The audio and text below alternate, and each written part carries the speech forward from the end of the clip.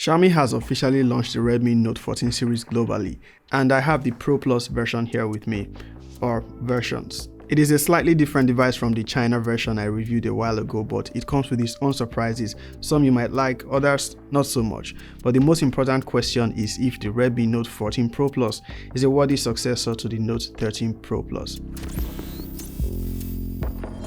For starters, I had hoped this would be mostly the same as the Chinese version, but Xiaomi had different ideas. So for anyone curious, we'll get that out of the way before getting into the review proper. The battery capacity is lesser than on the Chinese version, but the charging is faster. There's some AI integration here like circle to search. Now, a major feature from the Chinese version I think they should have added here is a telephoto camera, but you get what you get. The IP rating is also a tad better on the Chinese version, plus better UFS storage too. That's pretty much the major differences based on specs on paper. Now let's get into the details. So, the Redmi Note 14 Pro Plus 5G. An interesting looking phone with a really solid build. I'm talking easily the toughest built Redmi phone so far. It is noticeably thicker than its predecessor, and there is noticeable change to the design thanks to the rearranged camera bump. It comes in three nice colors: black, frost blue, and lavender purple. The white is exclusive to the Chinese version, but the lavender purple with leather rear is only available for the global version. Can't have both, but I have both. Now for pricing, the Redmi Note 14 Pro Plus costs about 638k in Naira for the base version with 8GB of RAM and 256GB of storage. On Amazon, it is currently listed just under $400. You can use my affiliate link in the description if you are looking to get one. The unboxing experience with the Redmi Note 14 Pro Plus is the typical expected, all essential accessories, no surprises here. The design, as mentioned earlier, is noticeably different from the 13 Pro Plus. It also has a tougher build thanks to the Gorilla Glass 2 protection on its display. Now, I can't confirm the level of glass on the back, that's if you are getting the regular one, but it's still tough and with a matte finish. The other one is obviously leather. Now, the design on the back is two-toned except on the black version, which I believe is more uniform. On the frost blue, the sides of the rear have a smooth and almost glossy finish, while the center features a patterned matte finish that feels nice and resists smudges well. The leather version features a stitch pattern on both sides of the back, separating a different shade of purple from the center. The camera bump sits pretty and centered at the top in a thick bump. The frame has a gloss finish all around except on the top and bottom, which also has a slight curve unlike we had with the 13 Pro Plus. The Note 14 Pro Plus is a device that feels comfortable on the hands if you love big phones. Despite the noticeably smaller battery on the global version, it weighs almost the same as the Chinese version. That has 6200 mAh battery to this one's 5110, but the weight difference is about 0.3 grams. One area where it edges out the Chinese version is the faster 120 watts charging brought forward from its predecessor, but I think some would have preferred the bigger battery since 90 watts charging is still very much among the fastest. It comes with a 120 watts charging brick in the box, and in my experience charging, it takes just over 30 minutes if drained. The battery life is still capable of giving you a full day of use. Although it's of lesser capacity than the Chinese version, it's still among the largest you'll get on most smartphones.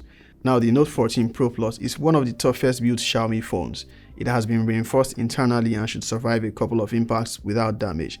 I'll like to interpret that as an assurance to use my phone without a case, but I won't be doing any stress test, and I'm sure you won't either. But you can take it swimming thanks to its IP68 rating for dust and water resistance. It will survive submersion up to 30 minutes in a depth of 1.5 meters. It does not have the same level of water resistance as the Chinese version though, so keep that in mind. This one can survive depths of 2 meters and up to 24 hours. Try not to confuse them in case you end up getting the global version, so you don't go boiling your phone. The Redmi Note 14 Pro Plus has a gorgeous 6.67-inch curved AMOLED display with 2.7K resolution and 120Hz refresh rate. It supports HDR10 Plus and Dolby Vision, also offering a peak brightness of up to 3000 nits. The display is vibrant and suitable for media consumption, complemented by stereo speakers that provide loud and clear audio. It has the same display specifications as the Chinese version and mostly the same as its predecessor, but with a much higher peak brightness. The in-display fingerprint scanner works just fine, there are no complaints here. This runs HyperOS based on Android 14. We are yet to get HyperOS 2 updates and Android 15, but that shouldn't be far off. As expected with Xiaomi's update policy, this should get 3 major OS upgrades, and that is support up to Android 17 at least. The global version of this device comes with 8 or 12 gigs of RAM and 256 or 512 gigs of internal storage. It uses UFS 2.2, which is actually a downgrade compared to UFS 3.1 on its predecessor. For the average user, that might not mean much, but for the heavy user, you might find it wanting when it comes to responsiveness on load times or data transfer. The UI is generally smooth with only occasional delays. The bloatware and ads are still present here, as is typical with Redmi phones. They can be easily disabled or removed if you know your way around Android, of course. We get some AI features here, including circle to search, a feature previously reserved for the flagships, but it is here.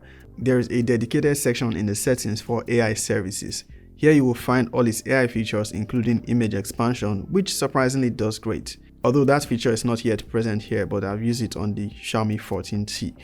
It is expected to come with a software update by the end of the month. We also have an AI interpreter feature for calls, but to use that you need to swipe open the toolbox on the side during the call. It is great to see Xiaomi finally adopting AI and extending it to the Redmi Note series.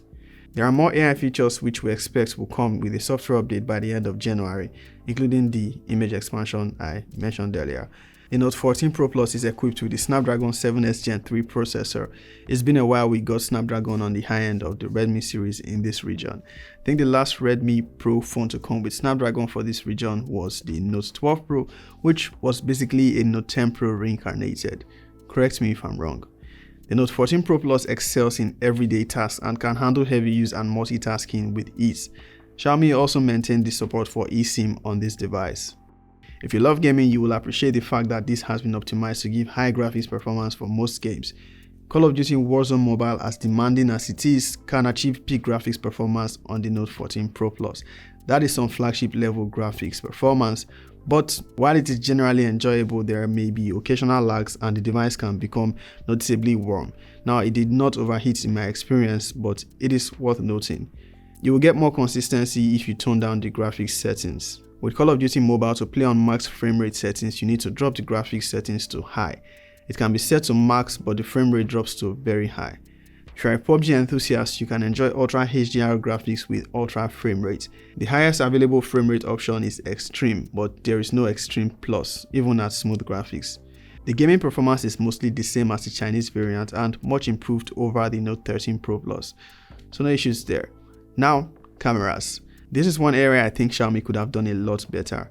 It sports a 200 megapixel main camera, an ultra wide and macro camera. Not to nitpick, the specs are good and it pretty much carries on the same configuration as its predecessor, except for the improved selfie camera. But at this price point, a telephoto camera should not be absent, and we know it is possible because the Chinese version has one. The importance of this cannot be overemphasized, and you can see that from these portrait photos taken on both the Chinese and global versions. Although the color and sharpness sometimes look better on the global version, but that's something Gcam or software updates can easily fix. On other areas, they are mostly close in results except for some difference in color tones. But Chinese version aside, the Note 14 Pro Plus takes good photos, including on the selfie camera. Its 200 megapixel mode takes really sharp and high resolution photos, even in conditions I would say is less than ideal. The Note 14 Pro Plus can record videos up to 4K at 30 frames per second from the rear cameras. Optical image stabilization is decent and the video quality looks great, although it could use some improvements in low light. Redmi still cannot give us 4K recording from the selfie camera, so we are stuck with 1080p on this one. So the Redmi Note 14 Pro Plus actually does great when it comes to taking photos and videos from the selfie camera, even though it can't do more than 1080p 60 fps. But I mean, at this price point, it's a mid-range phone. It should be able to do 4K 30 fps. It has a capable processor, but you get what you get. There's a teleprompter mode that can be enabled when using the selfie camera, which is useful, but since the selfie camera only shoots 1080p videos, well, Xiaomi's Note 14 Pro Plus is a solid phone which checks most of the boxes for its intended target audience. However, the enthusiasts will be concerned about the lack of a telephoto camera, its slower storage compared to the competition and compared to its predecessor, and the fact that it still cannot record 4K from the selfie camera. These missing features leave more to be desired, and it gets more interesting when you realize the Chinese version has most of these missing features. But on the bright side, it retains that faster charging from its predecessor, it's got cool AI features, and it uses the much desired Snapdragon chipset. Do you think it's a worthy successor to the Note 13 Pro Plus? Or an even bigger question would be, does it finally fill the void left by the Note 10 Pro from a few years back? Stay tuned for my review of the Note 14 and 14 Pro, and don't forget to check my review of the Chinese version. Peace out.